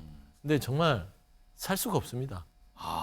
그 정도로 너무 지나치게 압박을 하고 소음뿐만 아니라 소리치고 고함치고 어떤 서로 간에 이야기가 안 됩니다. 그냥 단지 무조건 말하자면 욕하고 말하자면 비판하고 그래요. 저는 이런 부분에 있어서는 이거는 뭐 이재명 대표를 지지하는 세력이라기보다는 이재명 대표를 완전히 저는 이 당에서 한쪽에 딱 가둬놓고 아무것도 하지 말고 우리말만 들어 하는 그런 당원들인 것 같아요. 근데 이재명 대표가 저기서 메시지를 어제도 냈고 최근도 몇 번 낸 적이 있는데 자꾸 이렇게 메시지를 내면 혹시 또 이분들이 이재명 대표 보고도 뭐라 그러는 거 아닙니까? 저는 그럴 공산도 있다고 봅니다. 왜냐하면 이분들은 좀 어떤 신념이 과하게 오버가 되셔가지고요. 본인들이 말하는 걸 들어주지 않으면 내가 너를 그렇게 사랑했는데 나한테 이럴 수 있어. 이렇게 할 수 있는 그런 성향도 내포하고 있다. 저도 지금 말하면서 조심스럽습니다. 오늘 또 소영주 부대님 말씀하셔가지고 또 저희 사무실로 찾아와서 또 연락 오고 그러는 거 아닙니까? 혹시 또 그 문자 정도로 오고? 말하자면은 조금 이 정상적인 어떤 의사표현은 아니기 때문에 이재명 대표가 이번에 얘기를 하셨고 그리고 계속해서 이게 된다면 아마 당에서는 대표가 얘기했으면 이제 좀 행동으로 들어갈 공산도 크다. 뭐 징계라든지 어떤 강제적인 부분들의 차단 이런 것도 있을 공산이 크기 때문에 좀 자제를 해주셨으면 좋겠다. 그런 말씀을 드립니다. 지금 김종민 의원 아닙니까? 지금 수박으로 모자를 쓰고 밑에다가 수박 씨로 뭐라고 쓴 겁니까? 나가라고 써 있네. 수박 씨 모양으로 나가라고 써 있어요. 저렇게 약간 조롱을 하는 것 같기도 하고 저렇게 좀 막 엄청난 저런 압박인데 이런 모습이 있는데 이에 대해서 이제 비명계 의원들이 최근에 얘기를 계속하고 있어요. 이 두 명의 의원이 뭔가 불만 제기를 합니다. 이의 제기를 하는 거죠. 들어보시죠. 소위 뭐 비명계라는 게 그렇게 조직적인 거는 아닌데요. 네네. 우리 당의 결함이나 또 이재명 대표 체제에 대한 한계나 결함, 또 지금 이제 우리 당의 무력증이라든가 이런 것들에 대한 것은 인식을 굉장히 절박하게 갖고 있죠. 어쨌거나 지금 당 상황이 질식할 지경이거든요. 당 조직 전체가 친명일색으로 일단 됐고요. 저는 민물고기인데 저는 담수에 들어왔는데 지금 소금물이 돼가지고 숨을 쉴 수가 없어. 민물고기가 소금물에 들어갔으니까 숨을 못 쉰다. 그래서 질식할 것 같다. 이렇게 상황을 비유를 했는데 일단 뭔가 이의 제기, 불만 제기를 하셨잖아요. 다음 얘기는 구체적으로 뭔가 행동을 할 수 있을 것 같다라는 분위기를 좀 나타나고 있습니다. 들어보시죠. 들이 끝까지 이재명 대표가 안 바뀌면 뭐 정치를 그만두든지 아니면 자기가 원하는 새로운 정치를 하든지 둘 중에 하나 선택을 해야죠. 11월, 12월 마지막 판단을 한번 해볼 수 있는데 그 과정에서 이재명 대표가 그냥 독주하겠다. 그러면 각자 이제 판단해야 됩니다. 예. 그냥 공천 앞으로 갈지 아니면 정치를 그만둘지 아니면 새로운 정치를 위해서 뭔가 새로운 도전을 할지. 지금부터 무지하게 많은 요동치는 정치판 이런 것을 겪게 될 텐데 네. 그런 와중에서 이건 도저히 민주당은 계산해서는 쓸 수 없다라고 하면 아마도 그런 판단들을 갖게 되는 의원들이 생긴다면 신당으로 또 갈 다른 거다. 결단을 할 수 있는 의원들이 나는 충분히 나올 수 있다라고 봅니다. 이원욱 의원 얘기는 굉장히 구체적이죠. 충분히 결단할 수 있다. 이거는 아무리 봐도 당을 나간다. 그리고 뭔가를 더 만든다. 이런 것 같아요. 그리고요, 오늘 이원욱 의원 같은 경우는요. 비명계 모임이 출범한다. 이런 얘기까지 오늘 꺼내놨어요. 뭔가 있다 지금. 이겁니다. 자, 그럼 여기서 네 분 패널께 다시 한번 OX 문제를 드리겠습니다. 자, 비명계 모임 얘기까지 나오는 이런 상황에서 비명계 결국은 민주당을 떠난다고 생각하시면 O, 그런 일은 없을 거다고 생각하시면 X를 선택해 주세요. 올려주세요. 이번에는요 둘둘은 맞는데 엇갈려서 계시네요. 일단 들고 계세요 네 분. 우선 윤석열 대변인은 떠난다. 어떤 이유에서 그렇게 보십니까? 국회의원 현역 정치인들의 꿈은 당장의 바람은 다음 총선 공천이에요. 그리고 궁극적으로는 다시 또 국회에 들어가는 거죠. 근데 지금 이 상황에서 예를 들어 뭐 이원우 의원 같은 경우에 저렇게 당하고 있는데 당에서 공천을 받겠습니까? 뭐 경선을 통해서 민주당 뭐 시스템 공천한다고 하는데 상당수의 그 투표권 있는 당원들은 소위 말하는 개딸이라는 분들한테 장악돼 있는 상태고 뭐 제대로 선거운동도 못하고 그냥 당할 거예요. 그걸 모르지 않기 때문에 다른 어떠한 비상한 수단을 쓸 수밖에 없는 거고 그렇게 되면은 뭐 당을 나오는 수밖에 없는 거죠. 아주 간단한 이유입니다. 그럼 당을 나와서 혹시 뭘 만듭니까? 만든다고 보세요? 그러니까 과거에 친박 연대도 있었는데요. 친박 무소속 연대도 있었어요. 친박 무소속 연대? 친박 연대는 당이었고요. 거기에 속하지 않은 분들은 그냥 본인들 무소속으로 출마한 데 가서 서로 도와주면서 만세부르고 그래도 그냥 딱 연대 정도만 하는. 근데 딱 한 분 빼고 다 당선됐었어요. 그런 상황을 본다면 예를 들어서 뭐 반명 무소속 연대 이럴 수 있잖아요. 충분히 가능한 시나리오라고 저는 생각합니다. 여기서 그럼 질문을 또 안 드릴 수가 없는데 그분 혹시 이준석 전 대표하고는? 신당이요? 그거는 저는 좀 멀리 봅니다. 가능성이 그렇게 많아 보이지 않습니다. 지향점이 달라요, 전혀. 자, 이번에는 같은 당 소속이신데요. 다른 답을 고르시는 민현주 의원님은 X, 그러니까 민주당을 나가는 일은 없을 것 같다라고 보셨는데 왜 그렇습니까? 저는 뭐 비명계 지금 인터뷰한 분들 다 안 떠나겠다 그 뜻은 아니고요. 이재명 대표가 총선 전략을 어떻게 세울지는 모르겠는데요. 지금 인재위원, 영입위원장까지 겸임하고 있어서 저는 이분들의 분열을 초래할 것 같아요. 그래서 선별적으로 누구에게는 기회를 주고 누구에게는 기회를 안 주고 전체가 아니라 일부는 나가고 일부는 안 나가고. 그러니까 총선 이후에 이재명 대표와 어쨌든 함께라도 그래도 멀리라도 같이 갈 수 있는 분들과 아예 같이 갈 수 없는 분들을 구분을 해서 어떤 분들에게는 기회를 주고 어떤 분들에게는 기회를 안 줬을 때 그런 판단을 이재명 대표가 분명히 할 거다. 네, 저는 그럴 것 같습니다. 왜냐하면 이재명 대표 앞으로 구속영장 청구나 이런 게 언제 또 올지 모르거든요. 그럼 이 비명계들을 다 버리기에는 이재명 대표 입장에서도 위험 부담이 있으니까 이거 선별적으로 구분을 한다 그랬을 때 지금 비명계 의원들도 뭉치기보다는 본인들이 앞으로 총선에서 본선에 가는 그 기회에 따라서 달라질 것이기 때문에 분열해서 비명계가 모두 다 함께 나간다. 그런 전망하기까지는 좀 어렵지 않을까라는 생각이 듭니다. 그럼 혹시 지금 민현주 의원님 머릿속에 이분은 나갈 것 같고 이분은 뭔가 좀 남을 것 같고 이거 떠오릅니까 지금? 남을 것 같은 분은 제가 뭐 민주당 내부 사정 잘 모르니까 말할 수 없는데 떠나실 것 같은 분은 이상민 의원님 정도. 최근에 이준석 전 대표를 만났다는 굉장히 그 적극적인 이상민 행보를 의원님? 하시고 언론 인터뷰 하시는 거 보면은 이미 기회가 굉장히 적다고 생각하는 게 아닐까. 그래서 저는 분열 작전에 의해서 비명계 전체가 나가는 일은 좀 어렵지 않을까. 자, 그러면 이번에는 화면 이 오른쪽으로 가보겠는데 두 분도 달라요 지금요. 일단 박원석 전 의원님은 떠날 것 같다. 이유를 말씀해 주시죠. 제가 이제 민현주 의원님 말씀도 일리가 있는데 제가 조금은 더 사정을 잘 알잖아요. 민주당 쪽 사정을. 상대적으로? 그러니까 저분들은 선별이 된 분들입니다. 정리되는 걸로. 선별이 이미 오늘 화면에 등장한 분들. 근거가 있습니다. 아니 저분들이 사실상 체포동의안에 찬성을 했다고 거의 커밍아웃을 한 분들이고 때문에 지금 이제 뭐 이른바 개딸들이 돌아가면서 그분들의 지역구 사무실, 의원회관 사무실 돌면서 일종의 축출운동을 하고 있는 거예요. 그래서 지금 그러니까 본인들의 운명을 다 직감하고 계세요. 최근에 막 그런 게 김종민 의원도 있고 이원우 의원도 있고 뭐 이렇죠. 지금 그러니까 조홍천, 이상민 의원까지는 그냥 확정이라고 보시면 되고요. 이미 선별됐다. 남은 건 추가 선별 대상이 어디까지냐. 그럼 지금 아까 영상에 등장하신 네 분은 선별 끝났다는 겁니까? 본인들도 알고 계시고요. 추가 선별 대상이 어디까지냐. 이것만 남아 있는 거고. 때문에 저분들은 이제 당을 떠나는데 단지 이게 공천을 받느냐 못 받느냐의 문제가 아니고 당 운영을 둘러싸고 아예 그동안의 이견이나 물과 기름처럼 다른 기조 이런 차이가 너무 컸어요. 때문에 저분들은 이런 상태에서 공천을 받는다 한들 민주당이 내년 총선에 비전이 있느냐, 이재명 사법 리스크를 끌어안고 이 생각이 굉장히 강합니다. 그래서 그동안에 이제 당 운영에 있어서 특히 이재명 대표가 지금 보이고 있는 당 운영에 있어서 사사건건 문제 지적을 했던 거고 이게 이제 켜켜이 쌓여서 더 이상은 이제 같은 하늘 아래에서 뭘 도모하기 어려운 이런 상황까지 갔고 제가 알기로는 어느 시점까지 거의 이제 그 저분들 사이에는 정해진 걸로 알고 있어요. 근데 이제 나오면 뭐 무소속을 할 거냐 그렇지는 않을 거고요. 아마 창당할 겁니다. 창당 쪽이다. 뉴스와이드가 다음 주에 아까 영상에 등장하신 분 중에 한 분을 좀 모실 예정이거든요. 그렇다면 박원석 의원님 이미 선별됐다. 이 얘기 좀 하면서 질문을 좀 한번 들어봐야 될 것 같아요. 당사자시니까. 박원석 전 의원님이 그렇게 얘기하시던데요. 이거 어떻게 보십니까? 라고 한번 물어봐야겠습니다.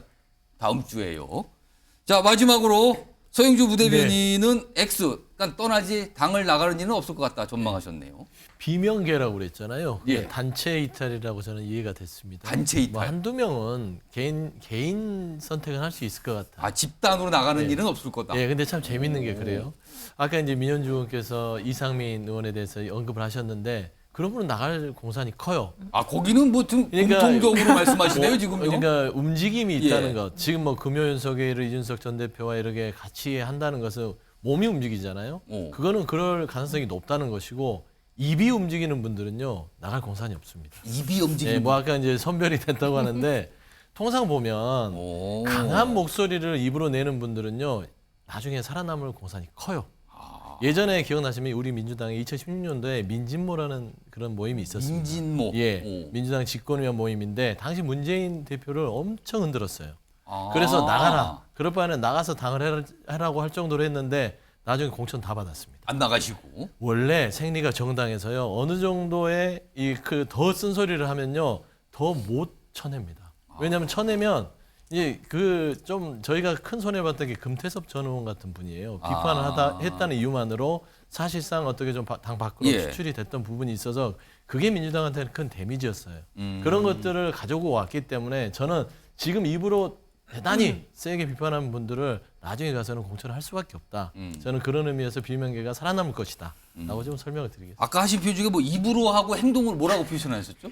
행동으로 이제 몸이 움직이는 분들은요. 입이 움직이는 분하고 몸이 움직이는 분이 있다. 다릅니다. 근데 입이 움직이는 분들은 남아 계실 거다. 이런 전망이네. 아니, 몸에서 제일 중요한 기관이 입이에요.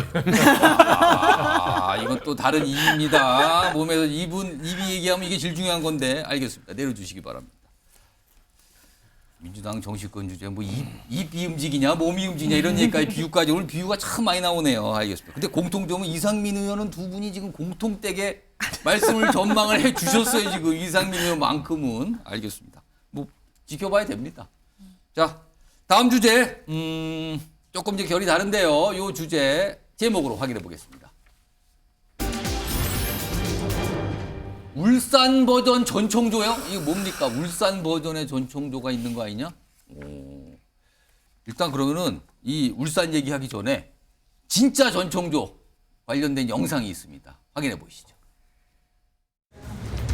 네, 남현희 씨 오늘 대질 조사에서 어떤 말씀 나누셨는지. 억울한 점 있으세요? 사기 공범 아니라는 입장 그대로 있습니까? 전청조 씨가 학부모들한테 접근한 거 알고 계셨어요? 오늘 전청조 씨 휴대전화랑 노트북 경찰에 제출하셨나요?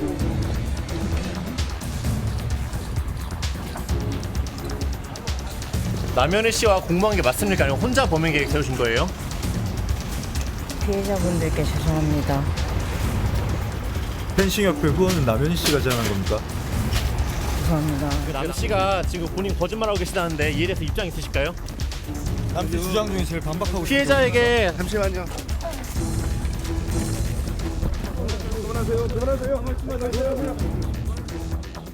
자, 전청조 검찰이 이제 송치됐죠? 이제 검찰 쪽으로 넘어간 거예요. 뭔가 이제 진행이 더 진척되고 있는데, 자, 이 얘기 좀 해주시기 위해서 김성수 변호사 오늘 좀 모셨는데요. 우선 지금까지 나와 있는 어떤 혐의들이 있잖아요. 전청조 씨, 이거 재판 간다면 형량이 얼마쯤 예상해야 됩니까? 예, 지금 현재 계속 사실관계가 조금 바뀌고 있는 것 같아요. 일단은 원래 당초에는 피해자 15명 그리고 피해 금액 19억 원 정도다 이렇게 이야기가 나왔었는데 지금 현재는 피해자가 23명 그리고 피해 금액도 28억 원까지 더 많이 증가가 된 겁니다. 그렇다 보니까는 지금 현재 28억 원 전체에 대해서 검찰로 송치가 된 것인지 이 부분은 정확하지 않지만 어쨌든 이 부분도 나중에는 재판 과정에서 또 이제 합쳐질 수가 있어요. 그렇게 되면은 그때는 이제 형량의 그 부분도 반영이 될 것이기 때문에 이런 사실관계에 대한 일단 특정이 중요할 것으로 보이고 현재 일단 죄명을 좀 설명을 드리면 이게 한 명이 5억 원 이상의 지금 손해 그 피해를 본 사람이 있는 것으로 나오기 때문에 그럼 특정경제범죄 가중처벌법에 의해서 이 가중이 됩니다. 그래서 5억 원 이상인 경우에는 이제 3년 이상의 유기징역이 선고가 될 수가 있거든요. 액수가 높으니까. 그렇죠. 그래서 그게 하나가 있을 것이고 그 나머지 사기는 이제 특경법상 사기가 아니라 일반 사기로 갈지 아니면 이 부분도 특경법상 사기가 될지 이런 부분은 이제 쟁점이 될 것으로 보이는데 이 여러 가지의 사기건 그리고 특경법상의 사기 그리고 뭐 추가적인 뭐 지금 아동 학대라든지 이런 부분들까지 있기 때문에 아무래도 중형이 선고될 수밖에 없고 그리고 이제 법리상으로 지금 이제 전청조 씨가 형 집행이 종료된 지가 3년이 안 된 상태에서 이런 범행을 또 저지른 거거든요. 그럼 이제 누범 가중이라고 해서 형법상 누범의 경우에는 원래 형의 2배까지 선고가 가능하게 됩니다. 그러면 굉장히 높을 수가 있네요. 그렇죠. 이거는. 굉장히 중형이 될 수가 있는데 다만 이제 특경법상의 사기가 이 금액에 비해서는 이 형량이 좀 중하지 않은 경우도 많기 때문에 이번 같은 경우에 이 부분을 어떻게 볼 것인지 이런 것이 쟁점이 될 것으로 보이고 이제 피해 금액이 어느 정도로 파악이 되느냐 그리고 이제 고소 부분들 중에도 증명이 되는 부분이 있을 것이고 또 안 되는 부분들도 있을 수가 있지 않습니까? 그런 부분들에 대해서도 좀 쟁점이 될 수가 있기 때문에 그 부분 조금 진행을 봐야 되고 현재 지금 검찰 단계로 넘어갔기 때문에 검찰에서는 일단은 원칙적으로 10일을 구속을 해서 수사를 할 수가 있습니다. 그리고 필요한 경우에는 법원에 10일을 더 추가할 수가 있어요. 그런데 10일 후 혹은 20일 후에 그 20일 내에 법원에다가 이제 기소를 하게 되면 재판이 또 1심, 2심, 3심이 가기 때문에 그 절차를 통해서 형량이 정해지지 않을까 이렇게 생각이 됩니다. 자, 아무튼 형량이 좀 높을 것으로 예상된다. 이런 거 여러 가지 이유들이 좀 설명해 주셨는데 다음 화면 좀 보겠습니다. 남현희 씨, 전청조 씨 대질신문했죠? 근데요, 대질신문하는데 이게 알려지기 이래요. 남현희 씨가 전청조 씨를 보자마자 뭘 봐라고 저렇게 쏴 붙였다는 거예요. 노래 보면서. 노래 봤다고 알려줘. 다음 하나 더 보죠. 근데 또 반면에 전청조 씨는 남현희 씨와 단둘이 5분만 얘기하고 싶다 이렇게 얘기했다고요. 근데 굉장히 분위기가 냉랭했다 그러는데 김성수 변호사 원래 이렇게 대질신문, 대질조사할 때 이렇게 분위기가 좀 험악합니까 원래? 이 대질이라는 게 지금 같은 경우도 혐의를 서로 이제 다르게 이야기를 하기 때문에 대질을 하지 않습니까? 그렇기 때문에 당연히 분위기가 나쁠 수밖에 없습니다. 보통은 고소인과 피해자 간에 그러니까 고소인과 피의자 간에 대질을 하는 경우가 많은데 그러면은 당연히 감정이 나쁘기 때문에 거기서 험한 소리가 굉장히 많이 오가거든요. 그리고 또 나란히 앉아서 진행을 하기 때문에 이게 멱살잡이까지도 가능할 수 있는 그런 상황이 될 수가 있습니다. 이게 조사하는 경찰이 자칫 이게 정확하게 뭘 안 보고 있으면 갑자기 멱살을 잡을 수도 있다는 거죠. 그래서 저도 항상 변호인으로 이렇게 옆에 앉아 있으면 조금 무섭다라는 생각을 할 때가 한 번씩 있기 때문에 그런 게 있고. 살벌한 건 보통 일인 거군요. 그렇죠. 그렇다면. 그리고 이제 그렇게 뭐 다툼이 생기지 않는다고 하더라도 이 수사관이 뭐 이거 뭐예요?라고 한 사람한테 물어봤을 때 옆에서 대답을 하는 경우가 있습니다. 이제 난리를 치면서 아니 그거 이거잖아 이렇게 해서 자기한테 안 물어봤는데. 그렇죠. 왜냐하면 이쪽 입장에서도 당연히 답답할 수가 있겠죠. 그럼 이제 수사관이 순서를 정해줍니다.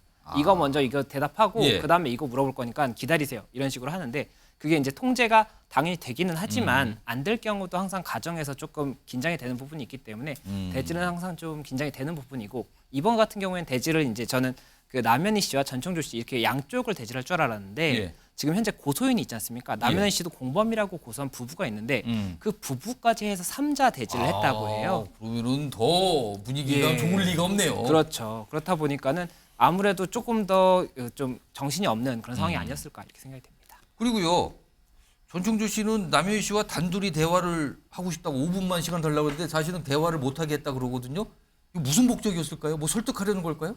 제가 봤을 땐 이 대화를 해보고 싶다라고 이야기를 한 것이 예. 남현희 씨에게 어떤 의도를 보여주기보다는 수사기관이라든지 다른 피해자들에게 보여주기 위한 그런 쇼잉 모습이 아니었을까. 예, 내가 뭔가 남현희 씨와 이렇게 이야기를 하면 뭐 숨길 사실이 있는 것처럼 보인다든지 뭐 예. 그렇게 좀 의도를 좀 이렇게 보일 수가 있지 않습니까? 그래서 그런 모습을 보이기 위한 것이 아닌가 생각이 되고 만약에 남현희 씨가 이야기를 하자라고 했다고 하더라도 예. 수사기관에서 얘기하도록 둘 수가 없거든요. 지금 공범으로서의 혐의가 있는 사람들이 그렇죠. 갑자기 나가서 5분 동안 대화를 하겠다고 뭔가 그러면 대화를 한다는 건 굉장히 수상할 수도 있거든요. 그렇죠. 그러니까 그것 자체가 당연히 안 될 거라는 거는 알 수가 있기 때문에 이것을 그냥 이렇게 내가 말을 꺼냈다라는 쇼잉을 한 것이 아닌가 이렇게 생각이 듭니다. 쇼잉이 또 여기서 나옵니다. 뭔가를 이렇게 요새 쇼잉 하시는 분들이 많이 있는 것 같은데 뭐 이런 건지 모르겠습니다만. 자, 이런 가운데요. 아까 제목에 있었죠. 울산 버전 전청조인가 이런 건데 일단 화면이 있는데 김성수 변호사께서 화면을 좀 보시면서 설명 좀 해주셨으면 좋겠는데 우선 첫 번째 화면이요.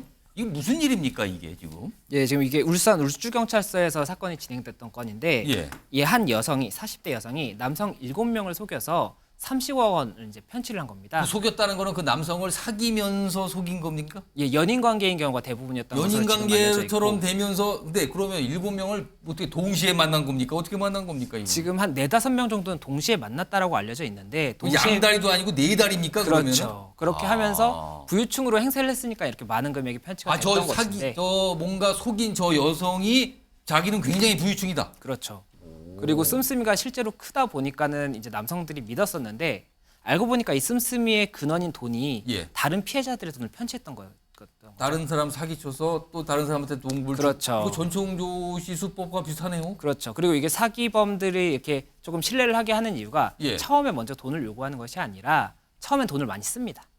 아, 굉장히 큰 선물을 본인이. 준다든지 예, 뭐 해외여행을 간다든지 이럴 때 다 돈을 대줘요. 그러니까 그럼 그 남성은 아 이분이 진짜 그렇죠. 재력가구나라고 그렇죠. 믿게 되겠네요. 그렇죠. 뭐 비싼 차를 타고 온다든지 이렇게 되면 믿게 되는데 알고 보면 그게 다른 피해자들한테서 편취한 것들이 많거든요. 그럼 결국에는 또 돈을 요구하고 뜯어가는 겁니까? 그렇죠. 그러니까 투자의 개념이라고 생각할 수가 있는 거겠죠. 사기꾼의 입장에서는 사기범의 입장에서 그렇기 때문에 그런 게 있었던 것이고 그리고 또 고인이 되신 분도 있다 그래요 지금요. 예, 굉장히 안타깝게도 지금 피해자분들 중에 한 분이 예. 이제 10억 원 이상의 피해를 입으신 분이 계신다고 해요. 10억 원을 뜯긴 거예요 그러면? 예. 그리고 그 과정에서 뭐 상속과 관련해서 뭐 이제 본인이 굉장히 재력가인 것처럼 행세했다고 말씀드렸지 예. 않습니까? 본인의 부모님께서 돌아가셨는데 유산을 이 남성에게 남겼다. 그래서 이것을 받기 위해서는 어떤 뭐 상속세라든지 절차를 위한 비용이 필요하다라고 하면서 그걸 당신이 대라. 예. 그런데 그것도 또 연락을 하는 수법이 심부름 센터를 통해서 변호사를 사칭할 사람을 한 명을 구한 다음에 변호사가 설명을 하게 합니다. 가짜잖아요. 그렇죠. 아. 그런데 이 남성 완전 입장에서는 사기네요, 그렇죠. 정말로. 변호사 사무실에서 연락이 와서 이렇게 이야기를 하니까 그런가 보다라고 생각해서 더 이제 그래서 저렇게 당한 실망에 거군요. 당했던 거죠. 그래서 굉장히 좀 안타까운 그런 결국은 사건도 극단적 있어요. 선택에서 고인이 되신 분까지 있대요. 너무나 본인이 자괴감이 들으셨겠죠. 이런 걸 당하게 되면은요. 근데 지금 전청조도 그렇고 이 울산의 이 문제의 여성도 그렇고 무슨 공통점이 소개팅 앱을 통해서 만나고 그 위에 뭐가 진행이 되고 이랬다는 건데 이게 이거 좀 이걸 어떻게 봐야 되는 겁니까? 이 소개팅 앱이라는 거는 그러면은. 이게 예전에도 뭐 연인 관계라든지 예. 결혼을 뭐 하겠다라고 이야기를 하면서 금액을 좀 다액의 금액을 편취하는 경우가 많기는 했는데 예. 최근 같은 경우에는 이제 소개팅 앱이라든지 이 비대면으로도 서로의 정보를 알고 만날 수 있는 이런 좀 많은 플랫폼이 생겼지 않습니까? 예. 그렇다 보니까는 이 가해자 그 범죄를 저지르려고 하는 사람 입장에서도 이 남성이 재력이 있는지 여부를 앱을 통해서 확인을 할 수가 있어요. 그리고 그러면서 본인에 대한 정보를 이게 사실 인증을 하는 게 이 앱들이 굉장히 뭐 이렇게 좀 충실히 보는 게 아니기 때문에 예. 위조로 뭐 컴퓨터 포토샵 조금만 해도 굉장히 고액을 가지고 있는 것처럼 예금 계좌를 인증한다든지 이런 게 가능한 부분이 있거든요. 그렇다 보니까는 자신을 이렇게 좀 속이기도 좋고 자신이 이렇게 재력가라고 속이기도 좋고 피해 대상을 물색하기도 좋은 데다가 그리고 여기에 이제 뭐 소개팅 앱이라든지 이런 것을 올린 분들은 예. 외로운 분들이거든요. 이제 이성을 만나고 싶은 분들이기 때문에 이성으로서 접근을 하고 재력을 먼저 행세를 하면 아무래도 피해자를 더 물색하기가 쉽기 때문에 그런 것으로 보이고 예, 그런 게 있기 때문에 요즘 좀 소개팅 앱이나 이런 걸 통해서 이런 범죄가 많이 발생하는 그럼 것이 이런 아닌가. 사기, 이른바 이게 연애를 빙자한 사기잖아요. 뭐 예를 들어 뭐 결혼을 하겠다는 걸 빙자한 사기일 수도 있는데 이거 속지 않으려면 뭐 방법이 좀 있습니까? 변호사로서 어떤 걸 조언을 하실 수 있을까요?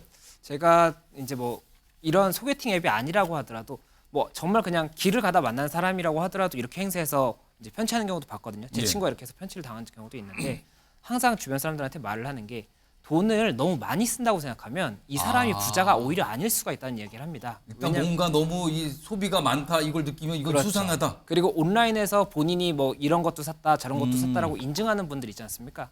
그분들이 뭐 다는 아니겠지만 오히려 그분들이 재산이 없을 수가 있는 게 이 실제로 재산이 많은 분들을 제가 옆에서 보면 이분들은 이렇게 보여주면 나중에 오히려 돈을 빌려달라는 예. 사람들이라거나 이런 사람들이 있고 또 아니면 세금 관련해서 조사를 받는 경우도 있거든요. 그렇기 때문에 그렇게 오히려 안 하기 때문에 그런 것들을 오히려 믿지 말라라고 이야기를 하고 그리고 특히 뭐 연인 관계로 발전을 예. 했다고 하더라도 내가 내 이름으로 있는 재산을 뭐 계좌이체를 해준다든지 이렇게 되는 순간 내 돈이 아니게 되는 거니까 그건 아무리 신뢰한다고 하더라도 항상 내 이름으로 좀 갖고 있는 그런 걸 좀 제안을 드립니다. 알겠습니다. 이런 것도 너무 지나칠 정도 씀씀이가 있다. 이건 일단 좀 눈여겨 보셔야 된다는 말씀이네요. 다음 마지막 주제인데요. 요즘에 이거 때문에 약간 놀라신 분들 많을 것 같아요. 제목으로 보시죠. 팬데믹 아니 빈데믹이요? 이 빈대 얘기 같은데요. 아무리 봐도요. 자, 그럼 우선 빈대 관련 영상 이것도 저녁 시간인데 또 이거 전해드리게 되네요. 일단 근데 어쩔 수가 없습니다. 주의하셔야 되니까요. 보시죠.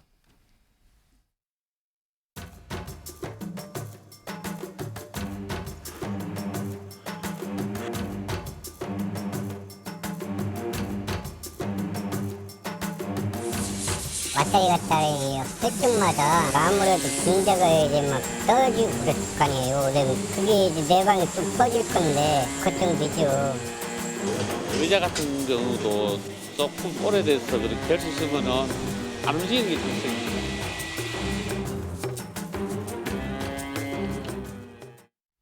자, 이제는 어쩔 수 없습니다. 이미 빈대가 퍼지고 있습니다. 조심하셔야 됩니다. 그러니까 알아둘 게 있죠. 최근에 질병청에서도 무슨 주의할 사항 이런 거 발표했는데 저희가 오늘 패널분들께 퀴즈를 좀 내드려보죠. 오늘 퀴즈가 많은데 우선 빈대 관련 첫 번째 퀴즈인데요. 화면 좀 봐주세요. 집에서 빈대 발견했을 때 어떻게 대처할까? 집에 빈대가 나타났어요. 이거 아무리 봐도 빈대 돌아다니고 있어요. 봤어요, 이걸. 어떻게 대처할까? 송주 부대변인 어떻게 대처할 것 같아요? 저는 그냥 일단 스팀으로. 뜨거운 걸로 막. 예. 이렇게 해야죠. 박원석 전 의원님. 일단 때려잡고 봐야죠. 때려잡고. 네. 근데 방역은 나중이고. 이른바 소굴이 있을 거 아니에요. 그걸 어떻게 걱정돼서 아니 그거를 찾기가 쉽지가 않아요. 일단 때려잡죠. 네. 변호사님 혹시 어떻게 빈대를 봤어요 집에서 이거 어떻게 하실 것 같습니까? 저는 빈대가 어디로 가는지 보고 속으로 갈 수도 있으니까. 기다린다. 한번 지켜보다가 속으로 안 갈 것 같다 이러면 그때 잡을 것 같습니다. 인내심 있게 참는다. 기다린다. 저 민윤주 의원님은? 저는 관리사무소에 전화해서 방역. 관리사무소. 네. 근데 단독 주택이면 어떡합니까? 일단 어쩔 수 없을 것 같아요. 방역회사에 전화해야죠. 네. 일단 이렇고요. 네. 정답은 아직 모르죠. 다음 문제 하나 더 있습니다. 다음 봐주세요. 빈대에 물렸어요. 뭐 팔이나 다리 물려서 아무리 봐도 이거 빈대가 물린 것 같아요. 자, 그러면 유희석 대변인은 어떻게 하실 것 같습니까? 빈대 물렸다. 일단 긁어야죠. 그건 아닌 것 같은데요. 아무리 봐도. 엄청 가렵다고 해요. 뭐 모기 물리면 10배 정도 된대요. 예. 일단 그러고 병원을 가든지 약을 바르든지 할 생각을 해야죠. 소영주 부대변인은 물렸다 어떻게 하실 것 같습니까? 일단 뭐 물파스죠. 무슨 물파스요? 가려우니까요. 두 가지 문제예요. 집에서 빈대를 발견했을 때는 어떻게 해야 되는가? 그리고 빈대에 물려서 뭐가 자국이 났다. 이거 어떻게 해야 되는가? 다음 영상에 답이 있습니다. 들어보시죠. 디노테프란 같은 네오니코티노이드계 살충제를 가지고 국소적으로 이렇게 처리를 하시고 아니면은 스팀 다림이나 이런 걸 이용해가지고 열을 가해서 죽일 수 있습니다. 예. 또 진공 청소기로 빨아들여가지고 이제 제거도 할 수 있고요. 빈대의 서식 밀도가 너무 많아지면 전문 방역 업체에 연락을 해가지고 그래서 헤어 드라이기를 갖다가 그 물린 부위에 끈하게 계속 째줍니다. 그러면은 완전하게 이제 그 가려움증을 해소하는데 굉장히 좋습니다. 유석 대변인 긁으시면 안 됩니다. 지금 보셨죠? 헤어드라이를 차가운 게 아니라 뜨거운 헤어드라이로 이렇게 하면 가라앉고요. 그리고 뜨뜻한 약간 온수로 이거를 닦아내면 가라앉답니다. 긁으시면 안 됩니다. 뭐 본능적으로 그렇게 될 것 같아요. 안 나왔지만 냉찜질도 별로 도움 안 된다고 합니다. 약간 뜨겁게 해야 된다는데요. 근데 이거요. 최근에 질병청이 했는데 혹시요. 나오신 5분 중에 혹시 빈대 최근에 보신 적 있으세요? 못 보셨습니까? 예. 신고는 많이 한다 그러는데 지금 아, 보면 예. 여기 보시면은요. 또 답이 또 정리되는데 이건 좀 알아두셔야 돼요. 집에서 빈대가 나타났어요. 그럼 일단 진공 청기수로 빨아들이는 방법이 있습니다. 가장 간단해요. 아니면 침대나 의자, 소파 같은 거 있잖아요. 천으로 된 거. 그러면은 스팀 청소기로 고온으로 한번 이렇게 처리를 해주시면 아주 큰 도움이 된다고 합니다. 자, 그리고 또 다른 답도 있죠. 빈대에 물렸을 경우. 일단 크림 있는데요. 이게 코르티코스테로이드 요 함유 크림이 바르시면 좋다고 그러고요. 그다음에 경구용 항히스타민제 사용. 이건 좀 먹는 건데 이런 거 드시면은 가라앉는 데 도움이 되고요. 그리고 일단 응급 처방은 아까 집에 헤어드라이기는 다 있으시잖아요. 그걸 약간 너무 뜨겁지 않게 해서 그렇게 하시면은 다 가라앉는다고 합니다. 아니 이제 빈대까지 걱정해서 이런 것까지 알아두는 세상. 요즘에 살충제가요. 뭐 풍기까지 난다. 뭐 이런 얘기고 뭐 약국마다 다 팔고 있다 이런 얘기 있습니다. 알겠습니다. 마지막 주제로 빈대 좀 전해드렸습니다.